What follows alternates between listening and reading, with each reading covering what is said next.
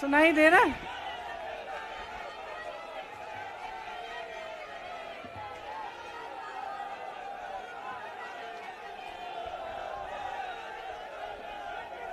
सुनिए,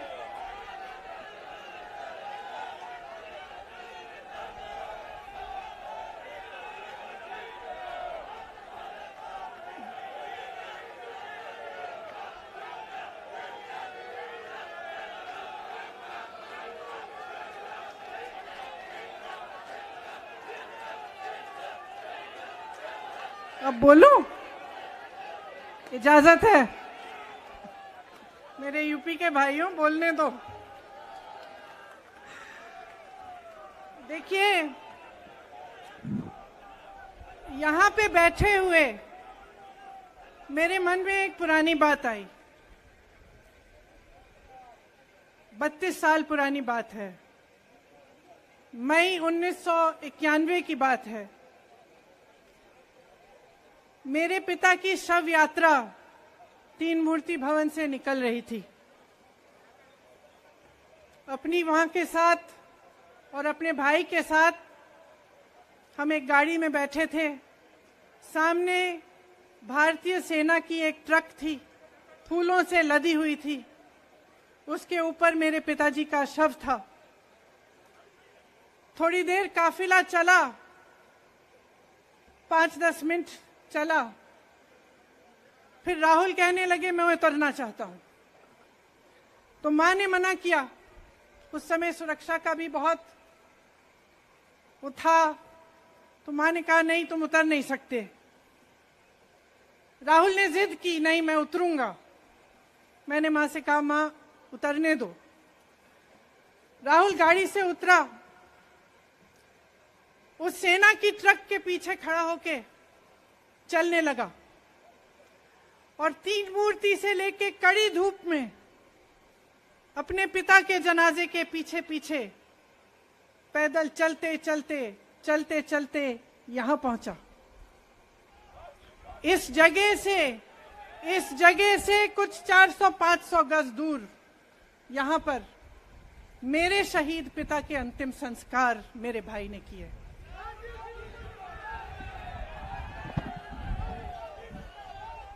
सुनिए, वो चित्र मेरे दिमाग में अभी भी है, मेरे मन में है। मेरे पिता का शव इस तिरंगे झंडे में लपेटा गया था। इस तिरंगे के नीचे मेरे पिता का शव था और उसके पीछे चलते चलते मेरा भाई यहां आया। उस शहीद पिता का अपमान भरी संसद में किया जाता है। उस शहीद के बेटे को आप देशद्रोही कहते हैं, आप मीर जाफर कहते हैं, उसकी आप मां का अपमान करते हैं। आपके मंत्री मेरी मां का अपमान भरी संसद में करते हैं। आपके एक मुख्यमंत्री कहते हैं कि राहुल गांधी को पता भी नहीं है कि उनका पिता कौन है। आपके प्रधानमंत्री भरी संसद में खड़े होकर कहते हैं कि ये परिवार नेहरू नाम को इस्तेमाल क्यों नहीं करता। पूरे परिवार का अपमान करते हैं। कश्मीरी पंडित समाज के रिवाज का अपमान करते हैं, जिसके तहत एक बेटा अपने बाप के मरने पर पगड़ी पहनता है, परिवार की परंपरा को आगे बढ़ाता है। लेकिन आप पर कोई मुकदमा नहीं होता। आपको 2 साल की कोई सजा नहीं मिलती। आपको जेल की सजा नहीं मिलती। आपको संसद से कोई बाहर नहीं निकालता। आपको मना नहीं करता कि 8 सालों के लिए आप चुनाव नहीं लड़ सकते। क्यों? मैं पूछना चाहती हूं, क्यों? आज तक हम चुप रहे हैं। हमारे परिवार का अपमान करते गए। मेरे भाई ने क्या कहा? संसद में वो मोदी जी के पास गए और उनसे गले लगे। मेरे भाई ने कहा मैं आपसे नफरत नहीं करता हूं, मेरे दिल में आपके लिए कोई नफरत नहीं है, हमारी विचारधारा अलग है, लेकिन हमारी नफरत की विचारधारा नहीं है। तो मैं पूछना चाहती हूं, एक आदमी का कितना अपमान करोगे, कितना अपमान करोगे? क्या यही है इस देश की परंपरा? आप परिवारवादी कहते हैं, तो भगवान राम कौन थे? भगवान राम को वनवास में भेजा गया, उन्होंने अपने परिवार, अपनी धरती के प्रति अपना धर्म निभाया। क्या भगवान राम परिवारवादी थे? क्या पांडव परिवारवादी थे कि वो अपने परिवार की संस्कारों के लिए लड़े? और हमें क्या शर्म आनी चाहिए कि हमारे परिवार के सदस्य शहीद हुए इस देश के लिए, कि इस झंडे में उनका खून है, इस धरती में उनका खून है, इस देश के लोकतंत्र को मेरे परिवार के खून ने सींचा है। और जो सोचता है कि हमें अपमानित करके हमें डराएंगे, हमें धमकाएंगे, जो सोचता है कि तमाम एजेंसियों को लगाकर हम पे छापे मारकर हमसे कुछ भी कर ले, हमें डराएंगे, वो गलत सोचते हैं। हम डरने वाले नहीं हैं। हम और मजबूती से लड़ेंगे। हम इस देश के लोकतंत्र के लिए कुछ भी करने के लिए तैयार हैं। इस देश के लोकतंत्र को, इसकी नींव कांग्रेस पार्टी के महान महापुरुषों ने डाली है। कांग्रेस पार्टी लड़ी इस देश की आजादी के लिए, और आज भी इस देश की आजादी के लिए ही लड़ रही है। कभी कभी मैं सोचती हूं, मुझे समझ में नहीं आता कि पब्लिक क्या सोच रही है। क्या देख नहीं रही है क्या हो रहा है? क्या आपको दिख नहीं रहा है कि आपकी सारी संपत्ति लूटी जा रही है, एक आदमी को दी जा रही है, गिने चुने उद्योगपतियों को सब कुछ दिया जा रहा है? किसकी संपत्ति है? ये राहुल गांधी की संपत्ति है, ये आपकी संपत्ति है। ये पीएसयू किसके हैं? किसके लिए बनाए गए? आपके लिए बनाए गए, जो ऐसे एक के बाद एक इनको बेचे जा रहे हैं, दिए जा रहे हैं। इसी से तो आपका रोजगार आता है। छोटे उद्योगों से, छोटे व्यापारियों से आपका रोजगार आता है। किसी बड़े अडानी से नहीं आता। रोजगार नहीं देते, छीनते हैं आपका रोजगार। तो आप समझ क्यों नहीं पा रहे हैं? आप गैस के सिलेंडर के लिए 1000 रुपए दे रहे हैं, और यहां आपकी सारी संपत्ति किसी को सौंपी जा रही है। राहुल गांधी जी ने क्या कहा? अरे कौन सा इतना बड़ा जुल्म कर लिया कि आपसे 2 सवाल पूछ लिए, जवाब नहीं दे पाए ना, घबरा गए। और जो अहंकारी होते हैं, तानाशाह होते हैं, क्या करते हैं? जब सवालों का जवाब नहीं दे पाते तो पूरी सत्ता को लेकर जनता को दबाने की कोशिश करते हैं। जो सवाल उठाता है उसको दबाने की कोशिश करते हैं। आपने कभी सोचा है, आंखें खोलिए, आपने कभी सोचा है कि ये पूरी सरकार, ये सारे मंत्री, ये सारे सांसद एक आदमी को बचाने की क्यों इतनी कोशिश कर रहे हैं? इस अडानी में है क्या कि इसको आप सारी संपत्ति दे रहे हो देश की?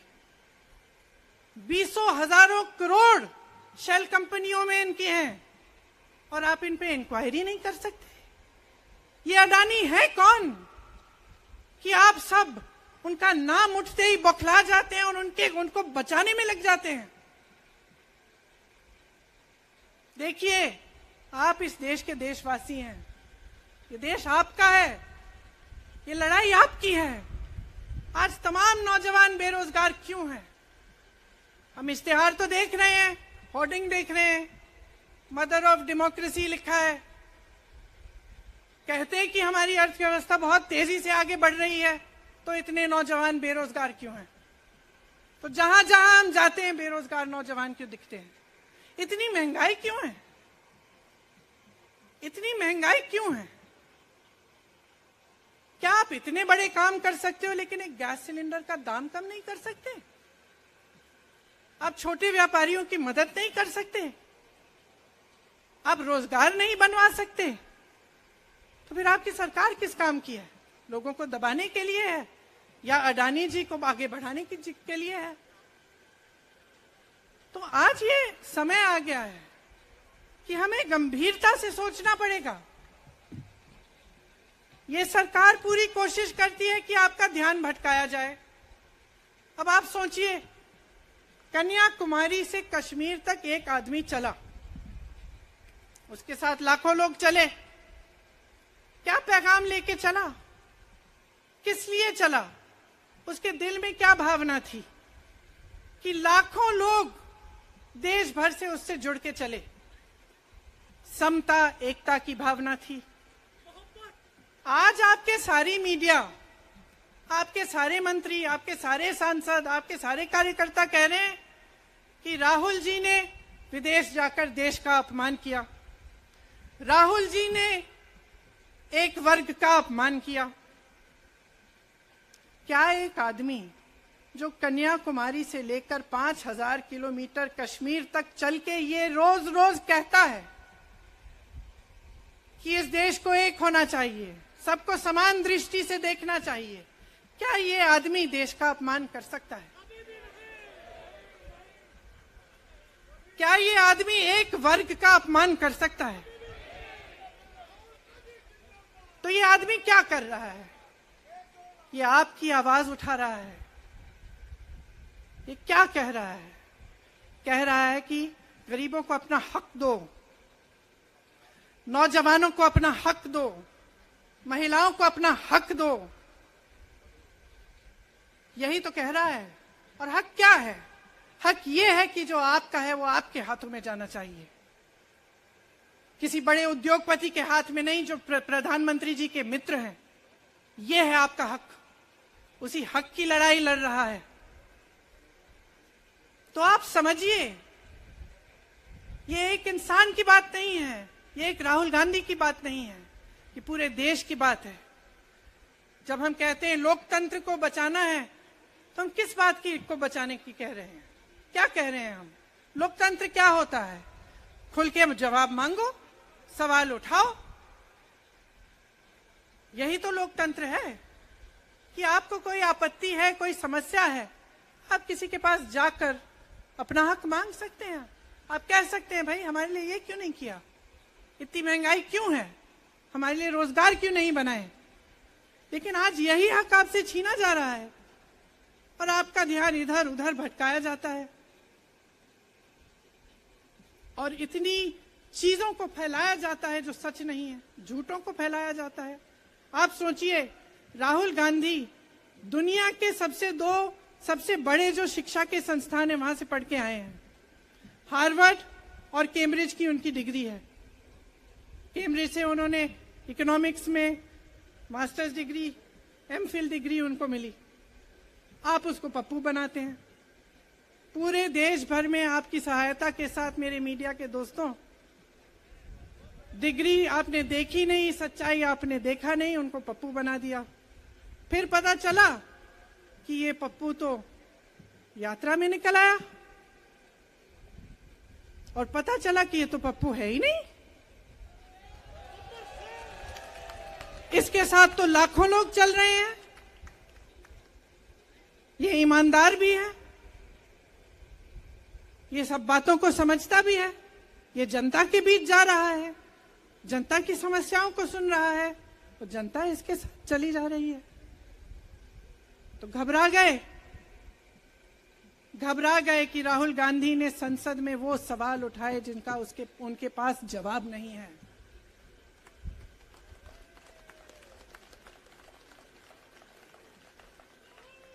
क्या किया सुन लीजिए। एक तरफ से हंसी भी आती है कि एक आदमी को रोकने के लिए इतना सारा करना पड़ा। जिस आदमी ने राहुल जी के खिलाफ सूरत में कंप्लेंट लगाई, आपको मालूम है कि पिछले साल उसने खुद कचहरी में जाके बोला इस पे आप स्टे लगा दीजिए। 1 साल के लिए अपने ही केस पे स्टे लगवाया। फिर वापस कब गए केस खुलवाने के लिए? राहुल गांधी के संसद में अडानी पे के भाषण देने के एक हफ्ते बाद वो आदमी वापस जाता है, कहता है केस खोल दी, सुन लीजिए अब हम तैयार हैं। 1 महीने के अंदर अंदर जज कह देते हैं कि राहुल गांधी को 2 साल की सजा मिलेगी। आपने देखा इस देश में कितने केस हैं कि जेल में 10 साल के लिए पड़े रहते हैं, उनकी सुनवाई नहीं होती। ये तो सुनवाई भी फट से हो गई, जजमेंट भी फट से हो गई, सजा भी फट से हो गई। और आपने कह दिया अगले दिन कि 8 सालों के लिए ये चुनाव नहीं लड़ सकते, संसद से बाहर कर देंगे इनको। वाह वाह वाह वाह वाह वाह, बहुत धैर्य है आप में। अरे कायर है इस देश का प्रधानमंत्री। लगा दो केस मुझ पर, लगा दो केस मुझ पर, जेल ले जाओ मुझे भी, लेकिन सच्चाई ये है कि इस देश का प्रधानमंत्री कायर है।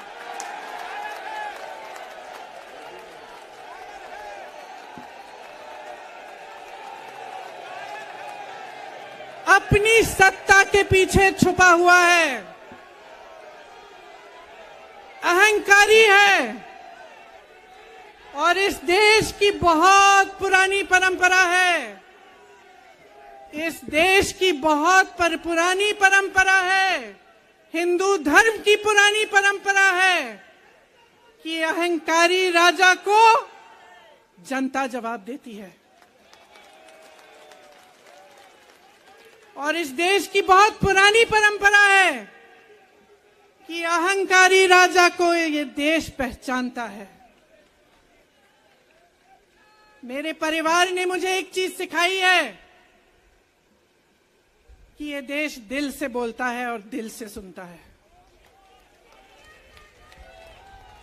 ये देश सच्चाई को पहचानता है, और मैं जानती हूं कि आज वो दिन है जब से सारा कुछ बदलने लगेगा।